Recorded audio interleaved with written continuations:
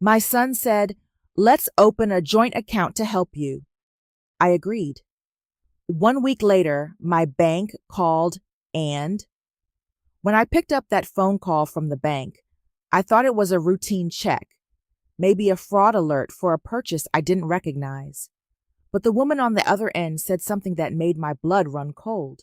She said my savings account, the one I had built over 41 years of hard work, had been drained. Every single penny gone. And the person who took it all was the one person I trusted most in this world, my own son. Good day, dear listeners. It's Isabella again. I'm glad you're here with me.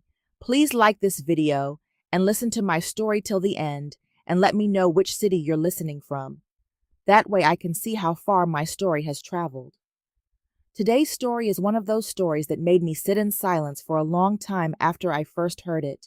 It's about a mother's love, a son's betrayal, and the kind of strength that only comes when you've been pushed to the very edge.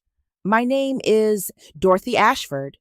I'm 72 years old, and I live in a modest 3-bedroom house on Maple Ridge Lane in Knoxville, Tennessee.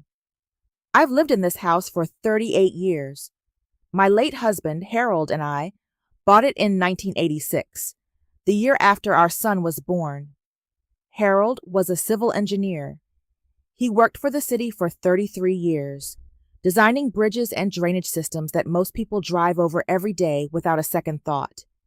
He was a quiet man, not the kind to make speeches at parties, but he had the steadiest hands and the warmest heart of anyone I ever knew.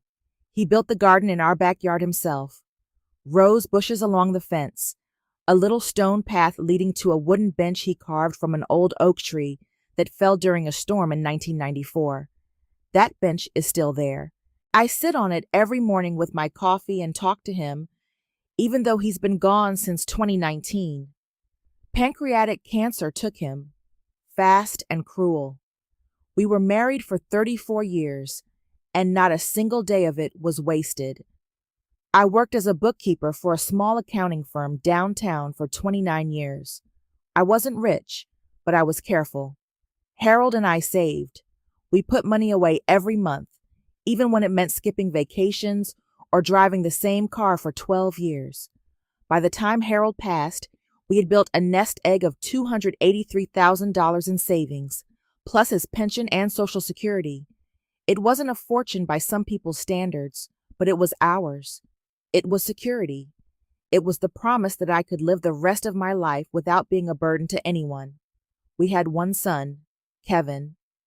Kevin Harold Ashford, born on September 12th, 1985. I poured everything I had into that boy. Piano lessons, baseball camp, tutoring when he struggled with algebra. Harold coached his little league team for 6 years. We drove him to college orientation at the University of Tennessee in 2003, and I cried the whole way home. Kevin married a woman named Trisha in 2011. Trisha Dawson, before she took our name. They have 2 children, my grandchildren, Olivia, who's now 11, and James, who's 8. There's a photo of all 4 of them on my living room mantel, right next to Harold's portrait. Every time I dusted that frame, I felt like the luckiest woman alive. I had no idea what was coming. For the first several years of Kevin and Trisha's marriage, things were good. Not perfect, because no family is, but good. Kevin worked as a regional sales manager for a building supply company. Trisha worked part-time as a dental hygienist. They bought a house in Farragut, about 20 minutes from me. They came to dinner on Sundays. Olivia would help me bake cookies while James ran around the backyard chasing Harold's old cat, Biscuit. Kevin would mow my lawn without me asking. He'd check the gutters, change the air filters, fix the leaky faucet in the upstairs bathroom. He was a good son. At least, that's what I believed. The first signs of change came in late 2021. Kevin started calling less. Sundays became every other Sunday, then once a month, then only holidays. When I asked if everything was all right, he'd say, "Just busy, Mom. Work is crazy right now." I understood. I didn't push. What else would a mother do? Then, in February of 2022, Kevin called me on a Tuesday evening. His voice had that tight quality it gets when he's nervous. He told me that Trisha had been laid off from the dental office. Budget cuts, he said. They were struggling to cover the mortgage. He asked if I could lend them $8,500 to get through the next 2 months. I didn't hesitate. I drove to the bank the next morning and wired the money. He said they'd pay it back by summer. Summer came and went. I never mentioned it. In June of 2022, Kevin called again. This time it was James. He needed tubes in his ears, and their insurance didn't cover the full procedure. Could I help with $4,200? Of course I could. That's my grandson. I would have sold my car if I had to. Kevin hugged me when he came to pick up the check. He said, "Mom, I don't know what we'd do without you." Those words meant more to me than any repayment ever could. But the requests kept coming. In October 2022, it was $6,000 for car repairs after Trisha was in a fender bender. In January 2023, it was $12,000 because Kevin said they were behind on property taxes and the county was threatening a lien. In April 2023, it was $9,500 for Olivia's private school tuition because the public school in their district wasn't safe anymore. Each time, Kevin had an explanation. Each time, the explanation made sense. Each time, I told myself, this is what family does. This is what Harold would have wanted. I kept a small notebook in my kitchen drawer where I recorded every amount. Not because I planned to ask for repayment, but because my bookkeeper's habits die hard. By the summer of 2023, the notebook showed that I had given Kevin and Trisha a total of $40,200. I had not received a single dollar back. In August of 2023, I made the mistake of mentioning to Kevin that I had been putting off a dental procedure. I needed 2 implants, and the cost was going to be around $7,000 out of pocket. I wasn't asking for money. I was just making conversation, the way you do with your child. Kevin was quiet for a moment, then said, "Mom, you should really take care of that. Your health comes first." He didn't offer to help. He didn't mention the $40,200. And I didn't bring it up because I didn't want to make him feel guilty. I postponed the dental work for another 6 months. I ate on one side of my mouth and told myself it was fine. In November 2023, the biggest request came. Kevin called me on a Saturday morning. He sounded upset, almost frantic. He said Trisha's mother was sick, that she needed to fly to Portland to take care of her, and that the flights, hotels, and time off work were going to cost them dearly. On top of that, he said, their furnace had broken down, and the replacement was $11,000. He asked for $18,000. $18,000. My hands shook as I held the phone. My savings had already dropped to $214,000 from the original $283,000. But I said yes. Of course I said yes. He's my son. What else would a mother do? That Christmas, I expected to see Kevin and the grandchildren. I had bought gifts. I had baked Harold's famous pecan pie using his recipe card that I keep in a little tin box on the counter. I set the table for 5. Kevin called on December 23rd and said they couldn't make it. Trisha's mother was still unwell, and they were spending Christmas in Portland. I ate Christmas dinner alone. Just me and Biscuit and the sound of the heater clicking on and off. I wrapped up the leftover pie and put it in the freezer. I didn't cry because I told myself there would be other Christmases. In February 2024, something shifted. Kevin started calling more often, but the tone was different. He was warmer, more attentive. He asked about my health, my neighbors, whether the house needed any repairs. It felt like the old Kevin, the one who used to mow my lawn and fix my faucets. Then, on March 4th, 2024, Kevin came to visit. He brought Olivia and James. The kids ran to me and hugged me so tight I nearly fell over. Kevin sat down at my kitchen table, looked me in the eye, and said the words that started everything. "Mom, I've been thinking a lot about your situation. You're getting older. You're alone in this house. What if something happens to you and I can't get to your accounts to help you? I think we should open a joint account. That way, if there's ever an emergency, I can step in immediately. It's just for your protection." I looked at him, my boy, sitting in the same chair where Harold used to sit. He had Harold's eyes, that same quiet earnestness, and I thought, this is him trying to take care of me. This is him growing up, stepping into his father's shoes. I felt a swell of pride so strong it brought tears to my eyes. I said, "That sounds like a good idea, Kevin." He smiled. He squeezed my hand across the table. He said, "We'll go to the bank tomorrow. I'll take care of everything." And I believed him. The next day, March 5th, 2024, Kevin drove me to First National Bank on Kingston Pike. We sat down with a bank officer named Darren Whitfield. Kevin explained that we wanted to add his name to my primary savings account. Darren walked us through the paperwork. I signed where he pointed. Kevin signed where he pointed. It took less than 20 minutes.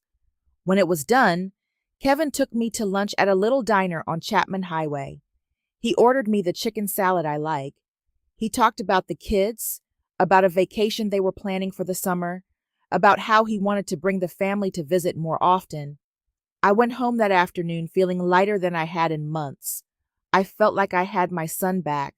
1 week later, on Tuesday, March 12th, 2024, my phone rang at 9:47 a.m. The caller ID said First National Bank. A woman's voice, professional but cautious, introduced herself as Linda Hargrave, a senior account specialist. She said, "Mrs. Ashford, I'm calling because we flagged some unusual activity on your savings account. Are you aware that a wire transfer of $87,000 was initiated yesterday from your account to an external account?" I couldn't speak. I stood in my kitchen, gripping the edge of the counter so hard that my knuckles turned white. $87,000. I had not authorized any wire transfer. I had not been to the bank since the day Kevin and I opened the joint account. Linda continued. She said the transfer had been initiated online using credentials associated with the joint account holder, Kevin Harold Ashford. She said there had also been 2 previous withdrawals over the past 5 days, one for $22,000 and one for $15,000, both electronic transfers to different accounts. In total, $124,000 had been moved out of my savings in 7 days. Something cold settled in my chest. Not sadness, not yet. Something sharper, clearer. It was the feeling of a truth I'd been refusing to see finally forcing its way to the surface. I asked Linda to freeze the account immediately. She said she would flag it for the fraud department and that someone would contact me within 24 hours. I hung up the phone. I sat down at my kitchen table. I stared at Harold's photograph on the mantel across the room. I could almost hear him saying, "Dorothy, you know what you need to do." I picked up my notebook from the kitchen drawer. I turned to the last page and wrote down the 3 amounts Linda had told me. Then I added them to the running total of every dollar I had given Kevin over the past 2 years. The number stared back at me, unchanging and cruel. $164,200. My son had taken $164,200 from me. I didn't sleep that night. I lay in bed and stared at the ceiling and replayed every phone call, every visit, every excuse, the car repair, the property taxes, the furnace, Trisha's mother in Portland. Each one now looked different, like puzzle pieces rearranging themselves into a picture I didn't want to see. At 6:15 a.m., I got up, made coffee, and called my neighbor, Ruth Ann Patterson. Ruth Ann is 78 years old and sharp as a tack. She's a retired paralegal who spent 30 years at a law firm in downtown Knoxville. When I told her what happened, the line went quiet for 5 seconds. Then she said, "Dorothy, you need a lawyer. Today, not tomorrow. Today. I know exactly who to call." By 10 a.m. that morning, I was sitting in the office of attorney Barbara Hendricks on Gay Street in downtown Knoxville. Barbara was a tall woman in her mid-50s with silver-streaked hair pulled back in a tight bun and reading glasses on a chain around her neck. She had a reputation for being relentless, the kind of lawyer other lawyers warned their clients about. Ruth Ann had worked with her years ago and said, "Barbara doesn't lose, and she doesn't suffer fools." I told Barbara everything, every dollar, every excuse, every date. I showed her my notebook. She put on her reading glasses and went through it line by line, making notes in the margins. When she got to the wire transfers, she looked up at me over the top of her glasses and said, "Mrs. Ashford, your son didn't just borrow money from you. He systematically defrauded you. And that last transfer, the $87,000, that's grand larceny. That's a felony in the state of Tennessee." I flinched at the word felony. My son. My only child. Barbara must have seen it in my face, because she leaned forward and said very gently, "I understand this is your son, but what he did to you is a crime, and if you don't protect yourself now, he will take everything you have left." She was right. I knew she was right. I authorized Barbara to begin an investigation and to file for an emergency restraining order on the account. Barbara brought in a forensic accountant named Mitchell Greer. Mitchell was a quiet, meticulous man in his early 40s who wore wire-rimmed glasses and spoke in numbers the way poets speak in metaphors. Within 72 hours, Mitchell had traced every withdrawal Kevin made. The $87,000 wire transfer had gone to an account at a bank in Nashville. That account was in the name of Tricia Dawson Ashford. The $22,000 had been used as a down payment on a 2024 Chevrolet Tahoe registered to Kevin. The $15,000 had been paid to a travel agency in Farragut for a 14-day Mediterranean cruise, departing April 15th for 2 adults and 2 children. A Mediterranean cruise, while I was eating on one side of my mouth because I couldn't afford dental implants. But that wasn't the worst of it. Mitchell dug deeper. He found that Kevin and Tricia had refinanced their house in Farragut in September 2023 and pulled out $85,000 in equity. Combined with the money they had taken from me, they had accumulated over $240,000 in liquid assets in less than 2 years. They weren't struggling. They had never been struggling. The car repairs, the property taxes, the furnace, Tricia's mother in Portland. All of it was lies. Every single word. I spread all the receipts, bank statements, and Mitchell's report across my dining room table one evening.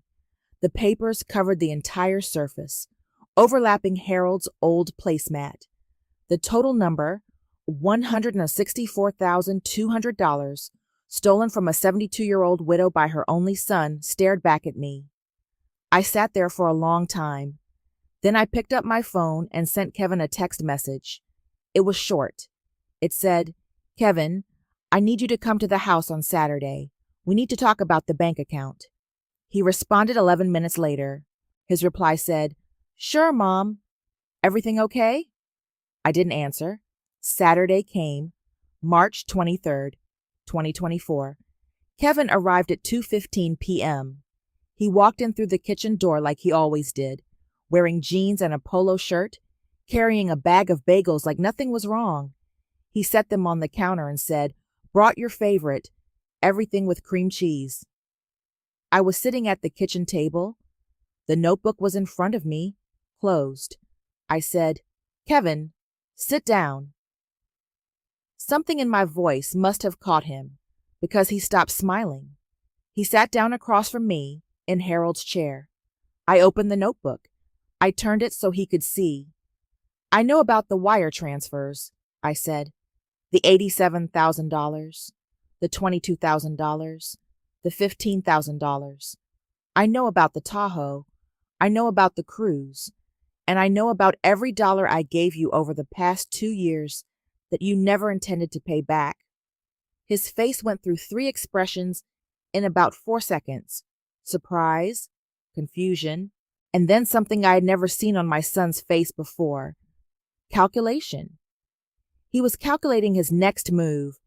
He leaned back in the chair and said, "Mom, you're overreacting. That money in the joint account, I moved it to a higher yield account. I was going to tell you, I'm trying to help you earn better interest. The account is in Trisha's name, Kevin." His jaw tightened. He shifted in his seat.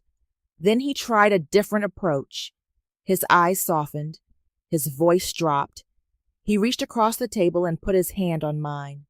"Mom, look, I know this looks bad, but everything I've done has been for the family, for Olivia and James. You want them to have a good life, right? That's what Dad would have wanted." I pulled my hand away. "Don't you dare use your father's name." The softness disappeared from his face like a mask being removed. What was underneath was cold and hard and unfamiliar. He stood up. He looked down at me and said, "You know what, Mom? You're 72 years old. You live alone. You talk to a dead man's photograph every morning. Maybe it's time someone looked into whether you're really capable of managing your own finances. Maybe a judge should decide." He was threatening me. My own son was standing in my kitchen, in the house his father built a garden for, and threatening to have me declared incompetent. I looked at him, and I did not flinch. I said, "I've already spoken to an attorney, Kevin, and a forensic accountant, and the fraud department at First National. If that money is not returned in full within 10 days, I will press charges." His face went white. He grabbed the bag of bagels off the counter, as if he could take back even that small gesture, and walked out the back door without another word. I heard his car start. I heard the tires on the gravel driveway. Then silence. That evening, my phone began to buzz. First, it was a text from Trisha. It said, "Dorothy, I don't appreciate you accusing Kevin of stealing. He is your son. We have done nothing but try to help you. You should be ashamed of yourself." Then another text, this one from a number I didn't recognize. It was Kevin's cousin, Mark, who I hadn't spoken to in 3 years. His message said, "Aunt Dorothy, Kevin told me you're threatening to sue him. What is wrong with you? He's your only family." Then a voicemail from my sister-in-law, Pauline, Harold's sister. Her voice was shaky. She said, "Dorothy, Kevin called me. He said you've been confused lately, forgetting things, acting paranoid. He's worried about you. We all are. Maybe you should see a doctor." Kevin was running a campaign. He was calling every family member he could reach and telling them that I was senile, confused, paranoid, that I was imagining things, that I was the problem. I sat on Harold's bench in the backyard that night, in the cold March air, wrapped in the quilt Harold's mother had made for our wedding. Biscuit sat in my lap, purring. I looked up at the stars, and I said out loud, "Harold, I'm going to fight this, and I'm going to win." The next morning, I forwarded every text message, every voicemail, every piece of communication to Barbara Hendricks. She read through them and said, "This is textbook elder financial abuse. And now he's engaging in a smear campaign to discredit you. Mrs. Ashford, this actually helps our case. Every threatening message is evidence." Barbara filed a civil lawsuit against Kevin Harold Ashford and Trisha Dawson Ashford on April 1st, 2024, in the Chancery Court of Knox County. The charges included financial exploitation of a vulnerable adult, fraud, breach of fiduciary duty, and conversion of assets. Simultaneously, Barbara referred the criminal aspects of the case to the Knox County District Attorney's Office. A detective named Marcus Reeves from the Knoxville Police Department's Financial Crimes Unit was assigned to investigate. Detective Reeves was a calm, methodical man in his late 40s with a neatly trimmed beard and a habit of clicking his pen when he was thinking. He came to my house on April 4th and sat at my kitchen table, the same table where Kevin had sat 12 days earlier, and took my statement. He recorded everything. He took photographs of my notebook. He collected copies of every document Mitchell Greer had prepared. When he was done, he put his pen down and said, "Mrs. Ashford, I've been doing this for 22 years. I've seen cases like this more times than I can count. Children who steal from their parents. It never gets easier to hear. But I want you to know that your documentation is some of the best I've ever seen. You kept records like a professional." I almost smiled. 29 years as a bookkeeper had finally paid off in a way I never expected. Kevin's response to the lawsuit was swift and ugly. He hired an attorney named Todd Buckner, a loud, aggressive man who filed a counter motion claiming that all funds had been given to Kevin as gifts and that I was suffering from age-related cognitive decline. He requested a competency evaluation. Barbara was ready for this. She had already arranged for me to be evaluated by Dr. Caroline Prescott, a board-certified geriatric psychiatrist at the University of Tennessee Medical Center. Dr. Prescott spent 3 hours with me on April 10th. She administered a battery of cognitive tests. She reviewed my medical records. At the end of the evaluation, she wrote a report that stated, in part, "Mrs. Ashford demonstrates cognitive functioning well within normal limits for her age. There is no evidence of dementia, delusional thinking, or impaired judgment. She is fully capable of managing her financial affairs." When Todd Buckner saw Dr. Prescott's report, his competency motion crumbled. Barbara told me later that she could see the moment in the pre-trial hearing when Buckner realized he had no viable defense. His client had lied to him, and now the lies were unraveling in a courtroom. The case went to trial on June 17th, 2024, before Judge Harold Raymond Whitaker in Knox County Chancery Court. Judge Whitaker was a tall, silver-haired man in his early 60s with a deep voice and a reputation for running a tight courtroom. He did not tolerate theatrics, and he had little patience for dishonesty. The courtroom was small but formal, with dark wood paneling and an American flag behind the bench. I sat at the plaintiff's table with Barbara. Kevin and Tricia sat at the defense table with Todd Buckner.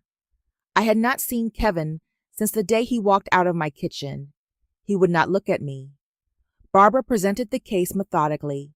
She called Mitchell Greer first. Mitchell walked the court through every transaction, every transfer, every lie. He showed the wire transfer records. He showed the Tahoe purchase. He showed the cruise booking. He showed that Kevin and Tricia had refinanced their home and were sitting on a combined $240,000 while telling me they were barely surviving. He projected a timeline on a screen that showed each of Kevin's requests alongside his actual bank balance at the time. Every single time Kevin had asked me for money, his own accounts had held more than enough to cover the supposed emergency. Barbara then called Linda Hargrave from First National Bank, who confirmed the details of the wire transfers and testified that I had not been present at the bank nor initiated any of the electronic transactions. She testified that the transfers were made using online banking credentials that had been set up by Kevin on the day the joint account was opened, credentials I was never given access to. Then Barbara called Detective Marcus Reeves. Detective Reeves testified about his investigation and presented evidence that Kevin had used multiple excuses to extract money from me, all of which were fabricated. He had confirmed with the Knox County Tax Office that Kevin's property taxes had never been delinquent. He had confirmed with Tricia's employer that she had never been laid off from the dental office. She had voluntarily reduced her hours. He had confirmed with Tricia's mother, a woman named Donna Dawson in Portland, Oregon, that she had not been ill and that Tricia had not visited her in Portland during the time Kevin claimed. That last one hit hard. I sat in my chair and felt the full weight of it. Every single story had been a lie. The sick mother-in-law, the emergency surgery, the broken furnace, all of it manufactured to pry money from a lonely widow who trusted her son without question. Todd Buckner attempted a cross-examination, but there was nothing to cross-examine. The numbers were irrefutable. The evidence was documented. The lies were exposed. Kevin finally took the stand in his own defense. Buckner walked him through a prepared narrative about how I had willingly given him money and how the joint account transfers were a misunderstanding. But when Barbara stood up for cross-examination, everything fell apart. She asked Kevin one question at a time, each one precise as a scalpel. "Mr. Ashford, did you tell your mother that your wife had been laid off?" "Yes, but I meant, was your wife laid off?" "She reduced her hours voluntarily, but the effect was, yes or no, Mr. Ashford. Was your wife laid off from her job?" "No." "Did you tell your mother that your property taxes were delinquent and that the county was threatening a lien?" "I may have exaggerated." "Were your property taxes delinquent?" "No." "Did you tell your mother that your mother-in-law was ill in Portland and that your wife needed to fly there to care for her?" "That was a miscommunication." "Was your mother-in-law ill?" A long pause. Tricia, sitting at the defense table, stared at the floor. "No," Kevin said quietly. "She wasn't." Barbara turned to face the bench. "Your Honor, the defendant fabricated no fewer than 6 separate financial emergencies over a 22-month period to extract a total of $40,200 in cash gifts from his 72-year-old widowed mother. He then persuaded her to open a joint bank account under the pretext of protecting her, and within 7 days, he transferred $124,000 from that account to accounts controlled by himself and his wife. The total amount taken is $164,200. This is not a family misunderstanding. This is financial elder abuse, systematically planned and ruthlessly executed." Judge Whitaker was silent for a long moment. He removed his glasses and set them on the bench. Then he looked directly at Kevin and said, "Mr. Ashford, I have presided over this court for 19 years. I have seen disputes between business partners, between neighbors, between strangers, but I will tell you that cases involving a child's betrayal of a parent's trust are the ones I find most difficult to sit through. Your mother gave you everything she had, not just money, her trust, her love, her belief in you as a good man, and you used every one of those things against her as tools of manipulation. The evidence before me is overwhelming and uncontested." Judge Whitaker ordered full restitution of $164,200 plus $38,000 in attorney's fees and legal costs plus $75,000 in punitive damages for emotional distress and financial exploitation. The total judgment was $277,200. He also issued a permanent protective order prohibiting Kevin and Tricia from contacting me except through legal counsel, and he referred the case to the Knox County District Attorney for criminal prosecution. The criminal case moved quickly. The district attorney, a woman named Patricia Dunlap, reviewed Detective Reeves's file and filed charges of theft over $60,000, a Class B felony in Tennessee, and financial exploitation of a vulnerable adult. Kevin was arrested on July 3, 2024. His mugshot appeared on the local news. The man in that photograph did not look like my son. He looked like a stranger. The consequences came down on Kevin and Tricia like a landslide. To satisfy the civil judgment, they were forced to sell their house in Farragut. It sold for $387,000, and after paying off the mortgage and the refinancing debt, the remaining equity went directly to me. The 2024 Chevrolet Tahoe was repossessed. The Mediterranean cruise was canceled, and only a partial refund was issued because they had already missed the cancellation deadline. The irony was not lost on me.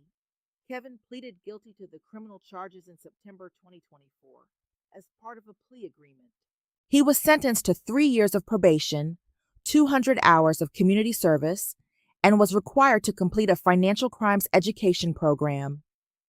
The felony conviction went on his permanent record. His employer, the building supply company where he had worked for 11 years, terminated him 2 weeks after the arrest. They said the felony charge was incompatible with a position that involved managing corporate accounts. Within 6 months, Kevin and Tricia's marriage collapsed. Tricia filed for divorce in January 2025. According to Ruth Ann, who heard it from a mutual acquaintance, Tricia told her attorney that she had gone along with Kevin's schemes because he had assured her it was all family money and that I had agreed to everything. Whether that was true or just her way of distancing herself from the fallout, I don't know, and I don't care. The divorce was bitter. Trisha got primary custody of Olivia and James. Kevin moved into a one-bedroom apartment on the east side of Knoxville.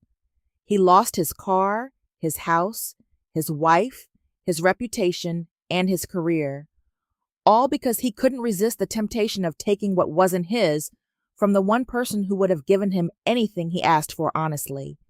I saw Kevin once after the trial. It was in November 2024 at a Kroger on Broadway. I was in the produce section, picking out apples. I looked up and there he was, standing at the end of the aisle with a basket in his hand. He looked thinner, older. His eyes were red-rimmed. He saw me at the same moment I saw him. We stood there for what felt like a full minute, though it was probably only a few seconds.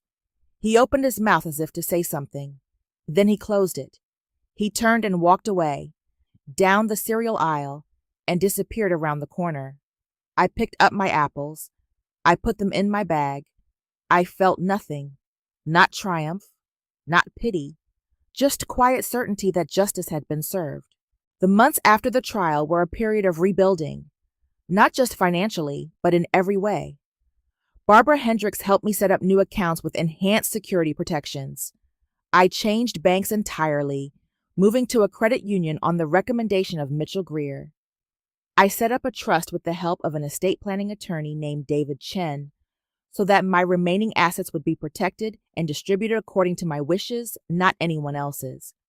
With the judgment money that was eventually collected, I did things I had been putting off for years. First, I got my dental implants. Dr. Ramsey at the dental clinic on Paper Mill Drive did beautiful work. For the first time in over a year, I could eat on both sides of my mouth. It sounds like a small thing, but it wasn't. It was dignity. I had Harold's garden restored. A landscaping company came and replanted the rose bushes that had started to wilt after years of neglect.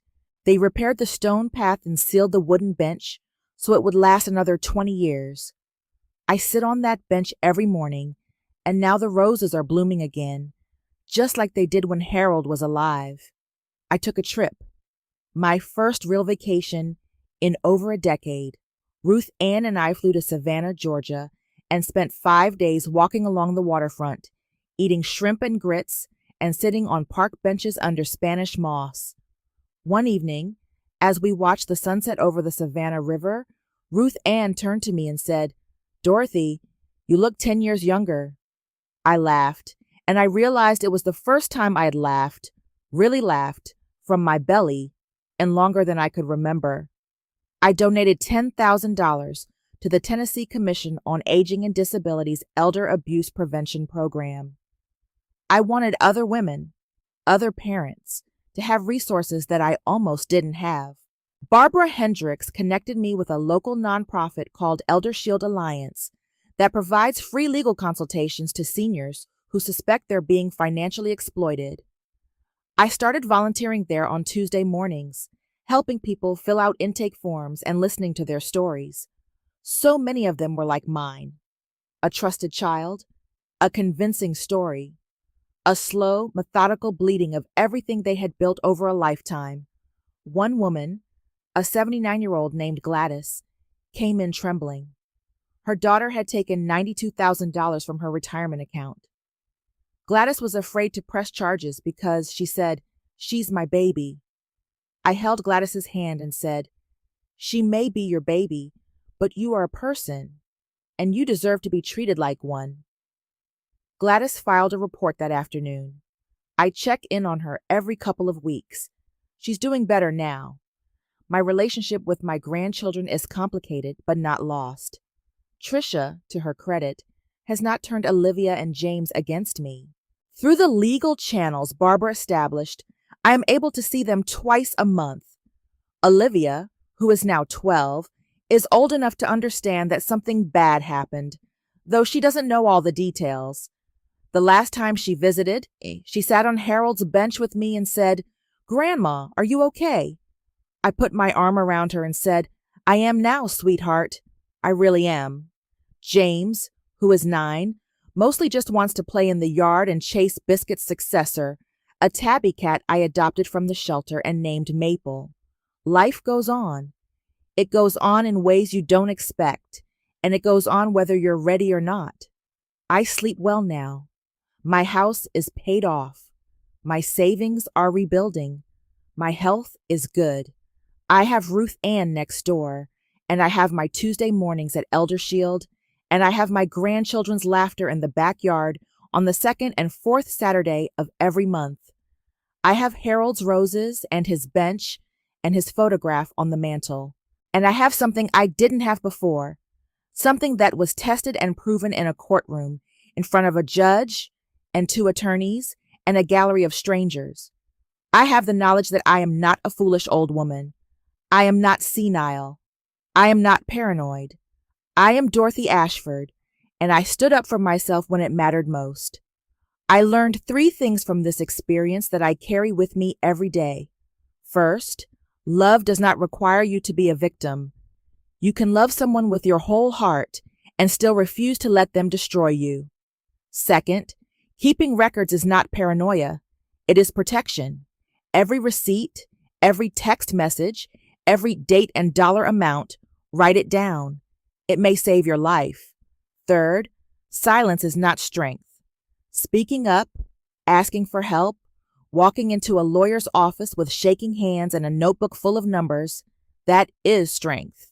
So I ask you, if someone you loved, someone you raised, someone you would have given your last breath for, if they betrayed you in the deepest way possible, would you fight back? Would you stand up in a courtroom and say, what you did was wrong, and I will not accept it? Or would you stay silent because they're family, because it's easier, because you're afraid of what people might say? I know what I did, and I know what it cost me, but I also know what it gave me. It gave me my life back. Share your thoughts below and subscribe for more stories. If you know someone who is going through something like this, please share this story with them. Let them know they are not alone. Let them know that there is help, and there are people who will believe them, and there is justice, even when it comes from the most painful place imaginable. Thank you for listening.